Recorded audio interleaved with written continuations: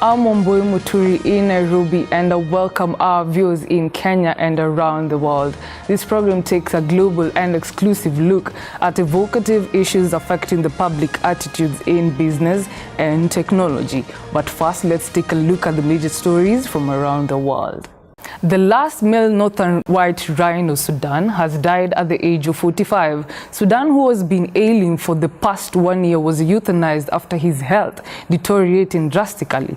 However, all hope for the in vitro fertilization to save the species is not lost, as 2 female white rhino still remain at the White Olopajeta Conservancy.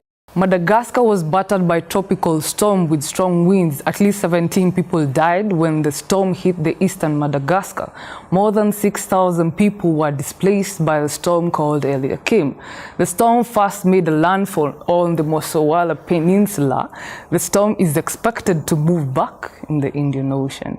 Uber is suspending its self-drive testing car after it struck and killed a pedestrian in Tempe, Arizona, marking the first pedestrian fatality of the self-driving car era in the United States. The woman, aged 45 years old, Elaine Herzberg, died at the hospital of her injuries.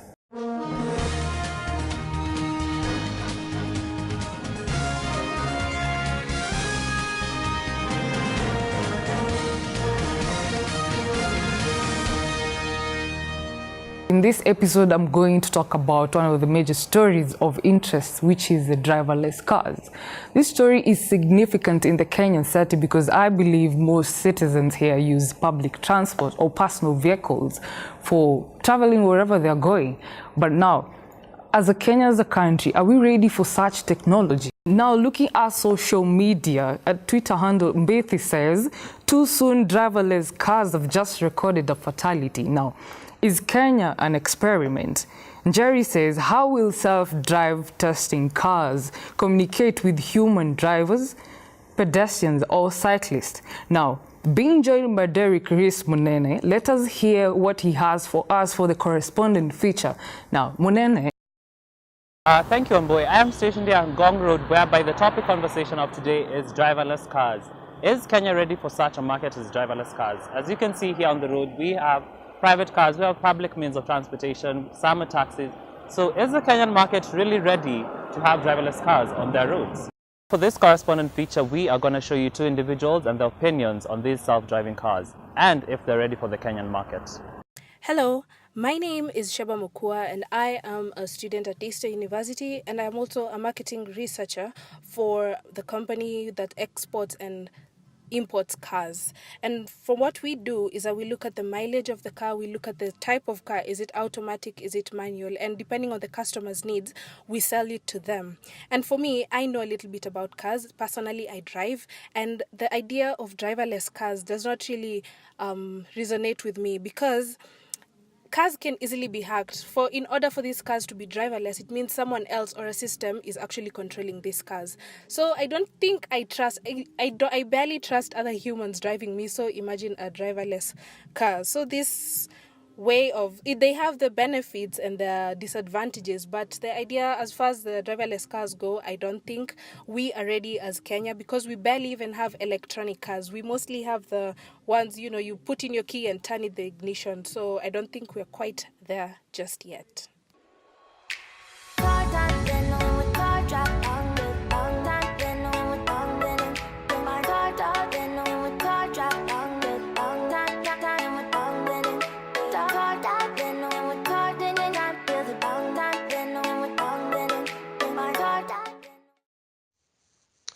Hi, my name is George Muley. I'm a 4th-year student doing electronic media in Daystar University.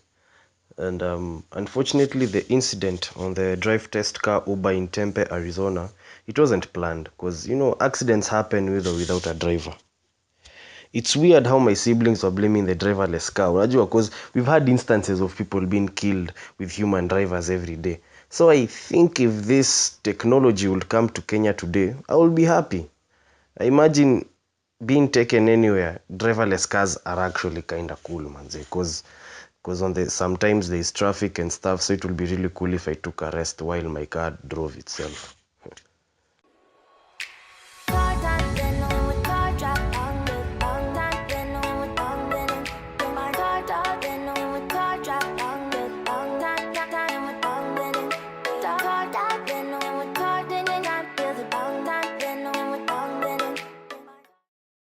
So, Amboy, as you can see, Sheba has disregarded this self-driving cars into the Kenyan market. Why? Because she has trust issues.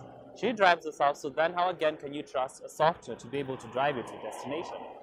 And as for George, he said it takes less fatigue for the driver because you get relaxed in the backseat of your car. Whether it's a shortcut to a destination, this software, this self-driving software actually takes you to where you're headed.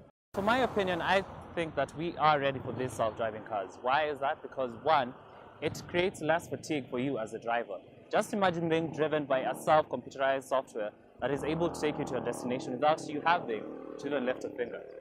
And also, I think it creates less accidents because these softwares are not human, so there's a lesser risk in these vehicles actually causing accidents. That's why I think personally that we are ready for these self-driving cars. Back to you, Amboy. Thank you, Munene, for the feature. And looking at social media, Maureen Mombi says, I agree with Sheba that in terms of safety, I even prefer driving myself. I'm not sure about driverless cars. Now, Velton says, at the end of the day, the world is changing and technology is emerging by the day. So, driverless cars won't hurt.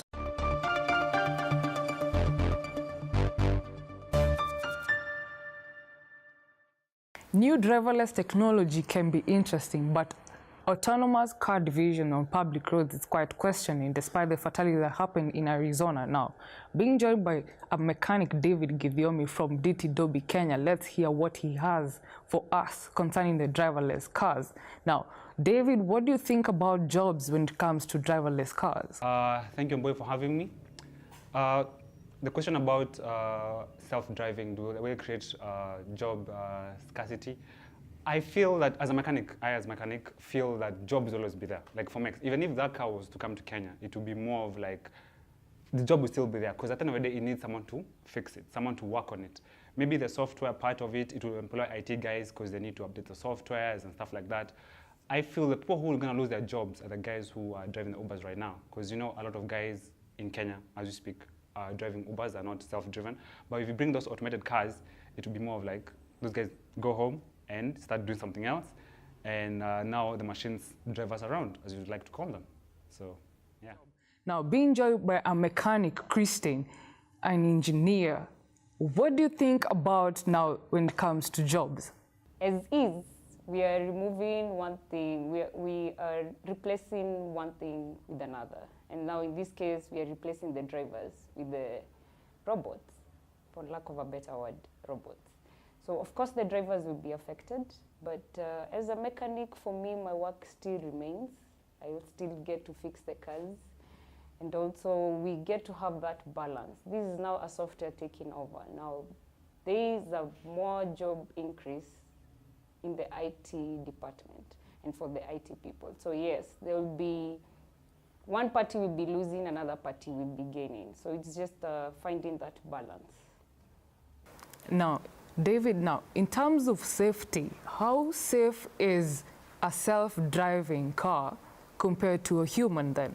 I think it's quite safe due to the fact that it's programmed to basically take care of human life.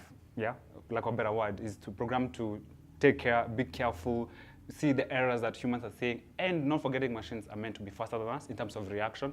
So if all the test procedures are followed, if all the examples are followed for the car to actually perform its best, it will compared to a human driver. So I think it's safe. I'll say it's safer than humans. So yeah. Now, David, this is quite weird. Now, you say that these cars are much safer than humans in terms of how they're programmed. Like, do you think these cars are really safe? These cars are not safe at all. First, there are three parties in this driverless cars system. There are the car manufacturers, for example, Volvo, and then there are the software manufacturers, Google, and then there are the main, say Uber, the main companies using these cars. So in the case of an accident, who gets to take responsibility? So I'm sorry, but I'm not going to put my safety in the hands of three people who are not even sure who is going to take fault of all these. So in my opinion, safety as it now is at 20%. Being joined by Robin Maina, he's a business entrepreneur. He has a garage in Kiambu Road. Now, Robin, what do you think when it comes to self-driving cars? If this technology was introduced to Kenya, will you tend to employ other employees when it comes to, coordinating with technology?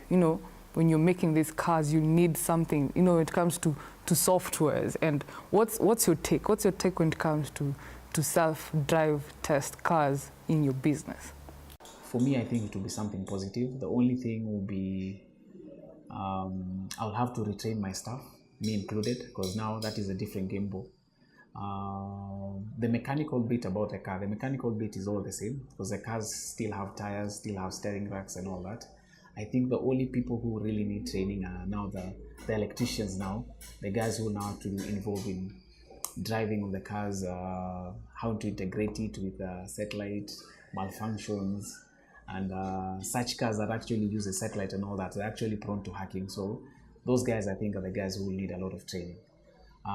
Business-wise, I think it will be more business. Those are more cars coming into the market, more business for us. So I think it's an idea I will actually welcome. For myself, would I be comfortable alighting, let's say a taxi that is a self-drive car? I think at the moment I will not be comfortable. With the incidences we've had, I think they need to perfect the technology. But if it has been perfected, I think I will be comfortable. On my personal car, my day-to-day driving car, I think I wouldn't mind having it as a self-drive car. But I have another car that is a Subaru, which is a performance car.